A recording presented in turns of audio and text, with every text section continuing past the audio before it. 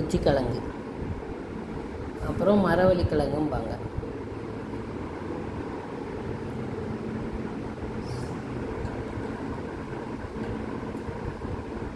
கப்பக்கிழங்குன்னு வர சொல்லுவாங்க.